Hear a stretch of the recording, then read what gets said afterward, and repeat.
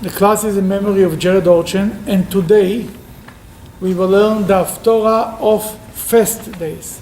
Fast day, to fast. There are 6 fast days in the Jewish calendar. And the most famous one that we know is Yom Kippur. Everybody knows Yom Kippur. 24 hours, 25 hours, that's the fast day of Yom Kippur. What's next to Yom Kippur? There is Tisha B'Av is a famous fast day. It's also 25 hours. These 2 fast days, kind of everybody knows. But they are hiding in the Jewish calendar, another, not kind of hiding, but hiding another 5 fast days. 5, another 4. Most of them are connected to the destruction of the temple. The reason why we learn this today, because this past Sunday we had the fast day, the 10th of Tevet. What's the fast day of the 10th of Tevet? It's a fast day. The beginning of the siege around Jerusalem started around 2,500 years ago. The beginning of the destruction of the first temple. The Babylonian king Nebuchadnezzar sent his army, and they started a siege. It was impossible to conquer the city. They had a wall around them, the wall of Jerusalem. That the best way out to break them is to put a siege. Jerusalem doesn't produce fruit and vegetables, and everything comes from outside. How long can you survive without food? 30 months. That they started a siege. And for 2.5 years, the siege started the 10th of the month of Tevet. We fast on this day. This is not a fast like Yom Kippur and Tisha B'Av, not 24-hour fast. It's a fast that starts in the morning when you wake up until nightfall.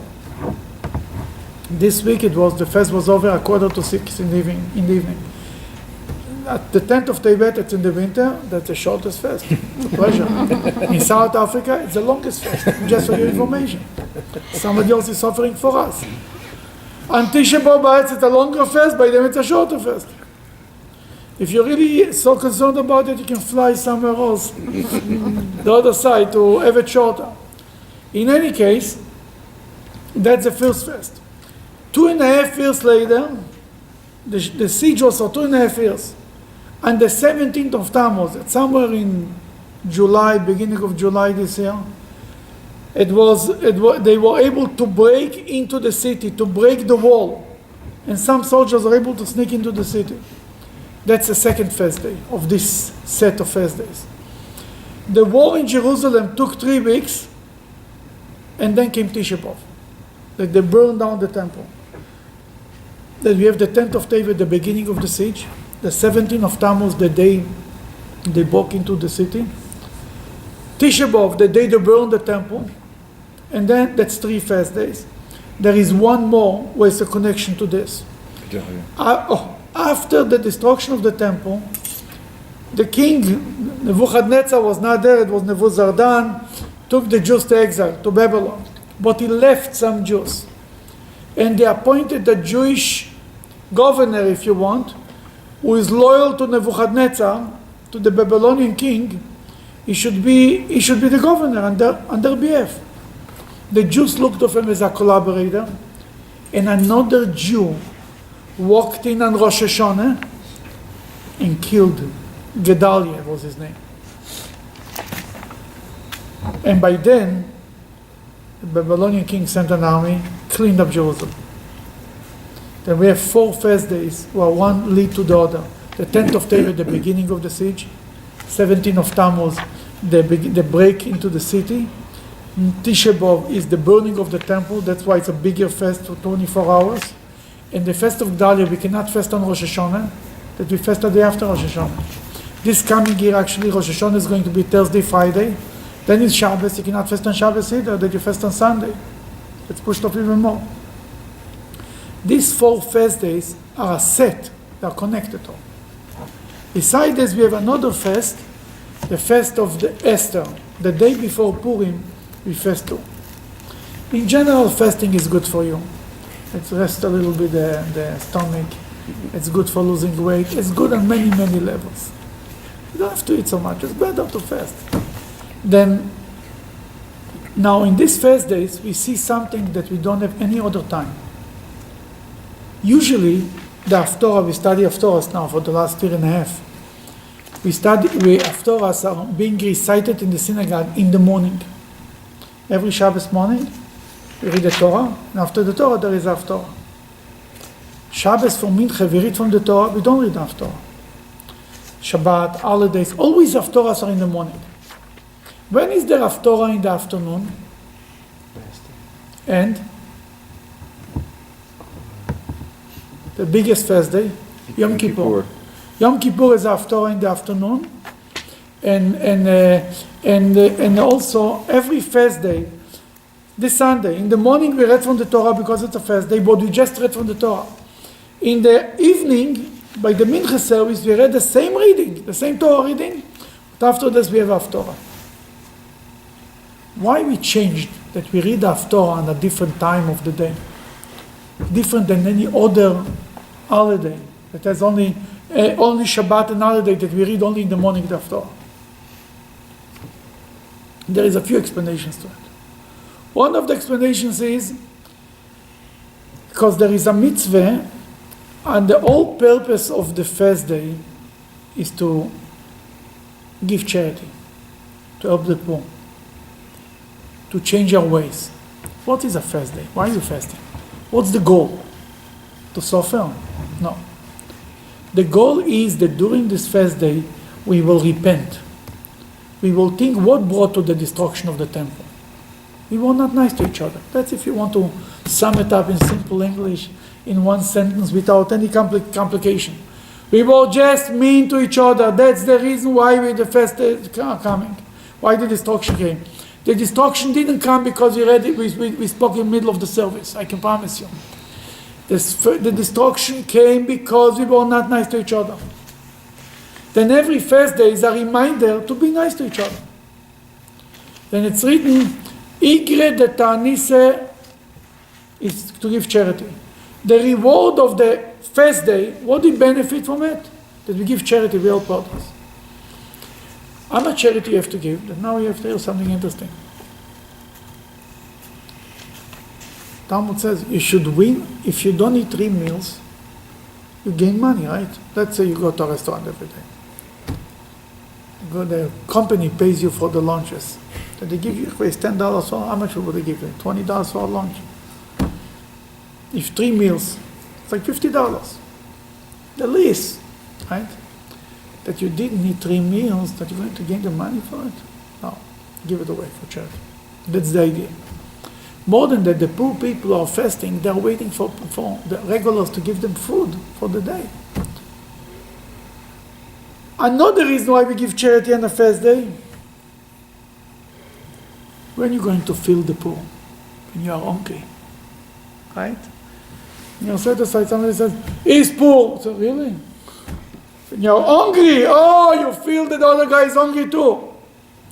There's a famous story about, it belongs today, it's a cold day, that a rabbi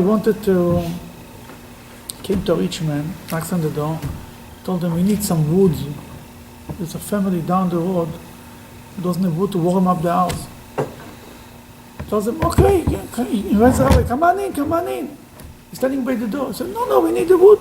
And this guy is standing without a short, just with his short. He opened the door for a second, and the rabbi is holding him outside and arguing with him how much wood he should send outside. He said, okay, but said, no, we need it now. He finally, only when rabbi, come on in. He doesn't come in.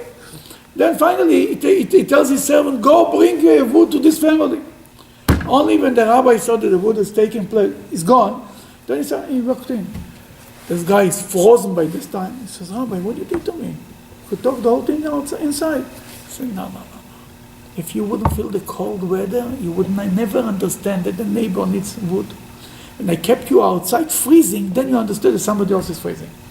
On a fast day, we are able to understand, we are able to relate to somebody who is hungry. The Haftorah of the fast day speaks about taking care of the poor, also, in a little piece at least. That's why, one of the reasons why it's written why we recite in the afternoon. The other reason is, what's the Haftorah? The whole purpose of Haftorah, as I spoke a few times, is to comfort the Jewish people. If the Torah tells us the past, the Haftorah tells us the future. First taste.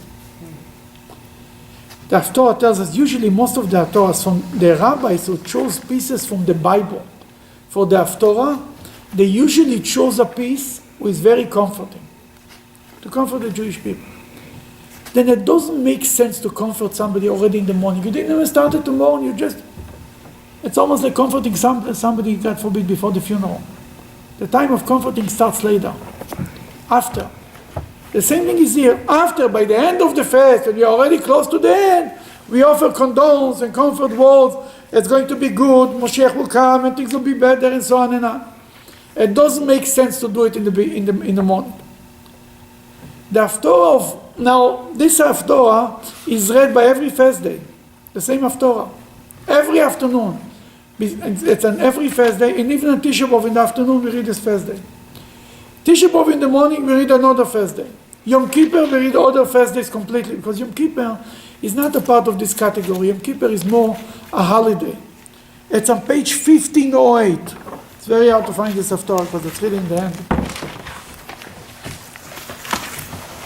468. It's really, we have one Haftorah that we read it again and again, you understand? Mm-hmm. Usually every Shabbos has a different Haftorah. Every holiday has a different Haftorah. Happens here and there twice or three times that we read twice a year the same Haftorah for different reasons. But the fast days, 4 fast days, the same Haftorah. Doesn't make a difference what the fast day is about. It's about the fast of Esther, who has nothing to do with the destruction of the temple. It's about the beginning of the siege. Whatever it is, it's a fast day. We read the same Haftorah. Why? Because the core reason of a fast day is to return to God. This Haftorah tells us, let's begin the journey back to God. It's not so much in this Haftorah about how many mitzvahs we're going to do and how harsh the mitzvahs are, how important the mitzvahs are. It's more about a general, when somebody gets lost, he's in one direction. He makes a U-turn at the beginning of the way back. The Haftorah calls for a U-turn. It could be that you do a sin which is terrible, but it doesn't mean you disconnect yourself from God. Could be another sin which is not so terrible, but you make a statement that you don't care. Understand what I'm saying? What would be an example? By every person, it's a different example. Did the rabbis in the olden days they would do more fasts than the 7 or the 6? There is a concept of fasting for if you have a bad dream, you're fasting or things like this. Personally, people were stronger, therefore they did more fast. Came the Alter Rebbe, the founder of the Chabad movement, in the book Tanya. He has a whole section. It's called the Igeret HaTshuva, the letter that you can call it a letter. It speaks about repentance, and he makes it very clear: no more fasting.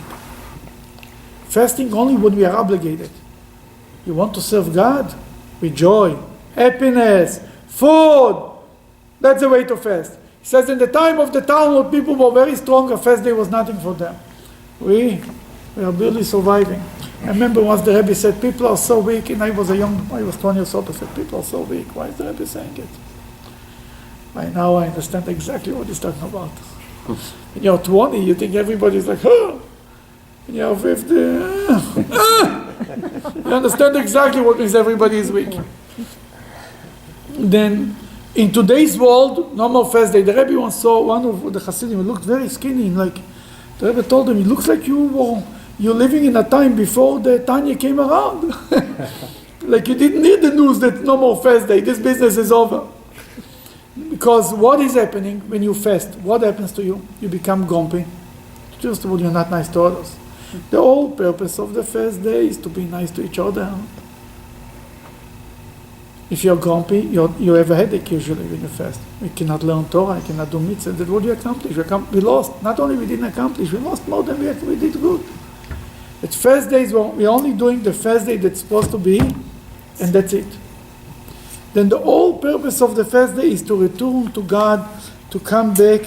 What would be an example for a mitzvah that it might be everyone, it might be a statement of like being against God, by everyone it's different. For example, in a Hasidic family, in a Hasidic community, growing a beard is very, very important. Somebody shaves his beard, it means he's off. Then, for example, a shoichet, you know what a shoichet is? Somebody who's also if he's a modern Orthodox Jew, that by him shaving the beard is a part of the culture, if he's a shoichet, it's okay, nothing wrong with it. But if a Hasidic shoichet shaves his beard, you better check things out. You understand? It's in what level, in what is in your community. For example, somebody was wearing a kippah all his life. He take off his kippah, that's you have to check this out. Somebody who never was wearing a kippah, nothing wrong with it. But somebody was wearing a kippah and he taking off the kippah is not the same. But because today it became identified with being religious, if somebody grew up in a religious home, that all his family is wearing a kippah and he took off the yarmulke, then it's something. Then being connected to God is not so much how many mitzvahs or how many sins you do. It's what are you doing? If you're doing something just because you're hungry, or you fall for this ice cream, or you do it because you want to deny God. Understand what I'm saying? It's what stands behind it, more than the act itself. This Haftorah is from the book of Isaiah, chapter 55, and continues to chapter 56. We will start to read it, and we'll get into it a little bit, little by little, and we'll see where we can end up with this. Go ahead. Seek God while he may still be found among you, before you are exiled from your land, and call upon him while he is still near. Okay. Seek God while he's with you, and call him while he's still near. When is he still near? In the temple. That's one opinion. Good. And are you right? When Hashem was near, when the Jewish people were there, literally Isaiah said, catch up to God now, or later you look for him, you'll not find him. That's one commentary. True. Other commentary is, the Talmud says, the 10 days between Rosh Hashanah and Yom Kippur, Karu biyato karov, call him when he's still near. These are the 10 days between Rosh Hashanah and Yom Kippur. Means the 10 days of repentance. Then the Talmud, in another Medrash says, a person, God is in the heavens, right? So to speak. The heavens, how far is earth from heaven? Talmud says 500 years walk. Right? Takpar, Malach Tov Kuf Shona. Takpar, so. Now that they send the shuttle, which shuttle went to Mars? Took him 4 years, how long took was last year? Curiosity, remember the shuttle Curiosity? The Land Rover.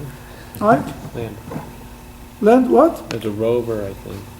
Yeah. It's How a long long it took time. him to Go make it Mars? to Mars? Many years. I think 4 years or something like this. Yeah, at least. Now you see what the Medrash says, that 500 is one place, and from one heaven to the other, that's not so far-fetched. It might be even longer. 4 years took the shuttle to get to Mars. But the Talmud says when a Jew walks into shul and he prays in a hushed tone, God is very close to him. I think God is so far. It's very close. And that's what the prophet says. Call God, he's next to you, he's near to you. Don't think you have to scream loud, don't you have to go to Mars to speak to him. He's right there by you, waiting to hear from you, to talk to you. Finish the verse. The wicked person should abandon his wicked way, and the sinner his thoughts.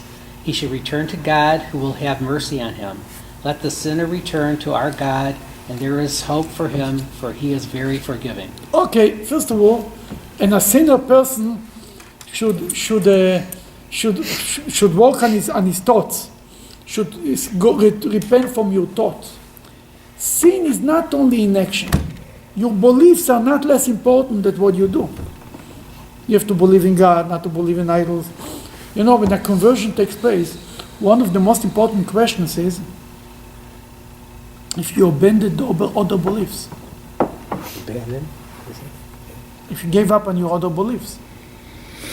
Then they accept the conversion. The rabbis will convert them. That's what they ask the person who converts right before he or she are entering the mikveh. Are you ready? Are you give up on your other beliefs, on your other faith, on your other religion? He says, why? Because God is a forgiving God. Return to God and He will have mercy on you and He will forgive you. But you know, there is a problem.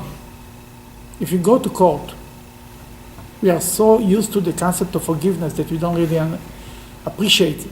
You go to court, you tell the judge, you know, Judge, I'm sorry. Ashamnu b'gadnu. What did the judge tell you? Judge tell you? Too late. 12 years. He will tell you, continue to do it in jail. There's no Ashamnu b'gadnu in court. I'm sorry. Too late. The Medrash puts it, they ask Torah, or somebody who's sinner deserves that, and does this, that. The concept of forgiveness, what is this? Where is this coming? Somebody sinned, the Torah wrote, for this sin you get this. You did it. That's the law. It's a law, right? And let's continue the text. You might consider a person to be beyond hope, says God, but my thoughts of forgiveness are not as your thoughts, and your ways, punishing insubordination, are not my ways, since I can accept repentance and do not need to punish. Oh, God says, my thoughts are not your thoughts. The way God, we cannot, first of all, in this sense, God says, I can forgive people. You can't. You cannot understand. What is forgiveness? They sin, they should get punished. I don't need to punish per person. I can forgive them. But the concept that my thoughts are not your thoughts are much bigger than that. Every time people try to understand why, right? Why? My thoughts are not your thoughts. You're trying to understand God. The attempt to try to understand God is foolish. It doesn't make sense. You don't have to go to God. You ask a brain surgeon, why you did it this way? What are you going to tell you? Look at you like, are you in your right mind? Go to school for 20 years, then you know why. That's between human beings, not within God. That's between people who are, there is a relationship. Is smarter, is less smarter. He learned, he didn't learn. We try to understand the creatures try to understand the Creator. It's a ridiculous attempt to begin with. Why the Holocaust took place? Why? The Rebbe used to say, you don't understand. That's the truth. Any other explanation is ridiculous. The moment somebody starts to give an explanation for tragedies, he doesn't know what he's talking about. I always ask him, tell me, he had a conversation with God lately. Who told you that? Anybody told you? I don't know. Nobody knows. Only God knows. My thoughts are above your thoughts. My ways are not your ways. It's not even something to compare. It's something to be measured. This is limited, and God is unlimited. Therefore, the attempt to try to understand God is, first of all, comes from a sense of arrogance. I want to understand God. Moses tried to ask God, God, show me your glory. Tell me the secrets. God told them, you can't know. No human being who is alive can know that. I can show you the back, not the front. You know what does this mean? You can explain, you can understand sometimes the past, but not the future. And the Holocaust, like many, many other things, all tragedies really, we don't understand. And any explanation is ridiculous. It's actually, not only it's ridiculous, it's violating the memory of the Holocaust victims by giving an explanation why it happened. Oh, happened because of this. Who are you to decide why they died? Or any other tragedy. Now it says in number 10 something very interesting. For as high as the skies are above the earth, so are my ways of forgiveness higher than your mortal ways, Oh, yeah, number 9, I'm sorry. and my thoughts higher than your thoughts. Just as the rain and snow fall from the skies and does not return there through evaporation caused by the sun, before they have nourished the earth, making it germinate and then sprout, providing seed for sowing elsewhere and bread to eat, so will be the case with my word, which comes from my mouth. It will not return to me unfulfilled. Rather, it will accomplish what I want and succeed in the task to which I sent it. Okay. The prophet says an amazing example. He says like rain is coming down. Eventually it goes back up. It's evaporating. But before, on the way to the evaporation, before it's supposed to accomplish what it's accomplishing, what it's supposed to accomplish. It's grow food from the earth. And only then it goes back to heaven. So to the word of God. If God said something is going to happen, it's going to happen. And nobody can stop it. And tzaddikim, righteous people are connected to God, when they give a blessing, it's going to happen. It might be 10 years, 20 years, 4 years, because they are connected to God. That God's power is in them. And then God will make sure that their words are being also fulfilled. Okay, number 12. Thus, you have the promise that you will go out of exile with joy, and you will be brought back in peace. It will seem as if the mountains and the hills will be bursting out in song before you, and all the trees of the field will be clapping their hands. I'm sorry. Clapping their hands. I never saw such a translation. Clapping their hands should be more like applauding, right? But clapping their hands. It's the right way. Then what is it saying? You go out with joy, right? Where is it? Number 12. You will go out with joy from exile, with joy, and you will be brought back in peace. And it's going to be, Rabbi once said, and the Jews will have joy and peace. The mountains will cooperate. All the obstacles will go away. The world will cooperate with everything that they want to do. If we are in peace, get along with each other, and we serve God with joy, we are happy people. Joy and peace are the secret for success in everything. In life, in a business, in marriage, in everything. That brings the blessing of God. The Zohar says, God is a reflection of us. When we are happy, when we smile, God smiles to us. When we krechts, God krechts back to us. Then he says, the Rebbe said, it became a Chabad song, this line. Ki v'simcha seitzeyu v'shalom tovod lo. And you will go with joy, go out with joy, and you'll be led with peace. The mountains and the hills will sing in front of you.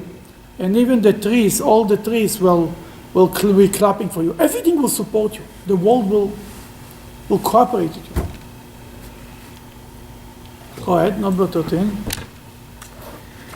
Instead of thorn bushes of Gentile rulership, cypress trees of Jewish rulership will shoot up. Instead of nettles, myrtles will spring up, and this will establish a powerful reputation for God, a sign that this will be the state of affairs forever, and it will never cease. Okay, then here it says, when Moshiach will come, when things will be good, nothing bad will grow. Everything that will grow will be useful, will be productive, will not be bad things, will not be, toes will not grow. Anything, when something is growing, when things are growing, you cannot use them. It's a part of when the world is not fixed, is not cooperating. Not everything is productive. But when Moshiach will come, everything will be productive. Everybody will be productive. Everybody and everything. That's chapter 55. Now we continue in chapter 66. So says God, number 56, number 1. This is what God says. This is what God says. Guard my Torah law and act charitably to your fellow. For in this way my salvation will arrive soon, and my charity toward you will be revealed for all to see. Okay. Ko amar Hashem, so says God. שמרו משפט ועשו צדקה.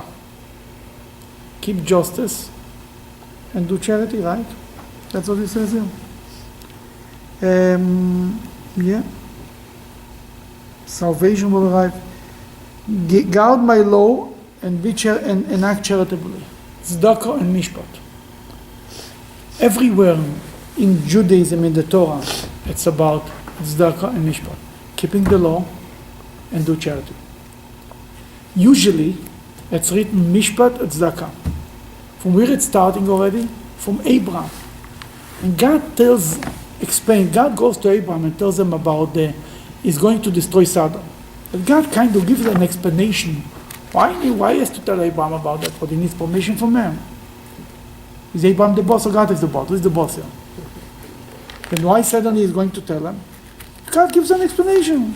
Kind of explains himself, kind of excusing why is he coming to speak to Abraham. Is this before that he says something very interesting. Where is that? Okay, it's on page 101.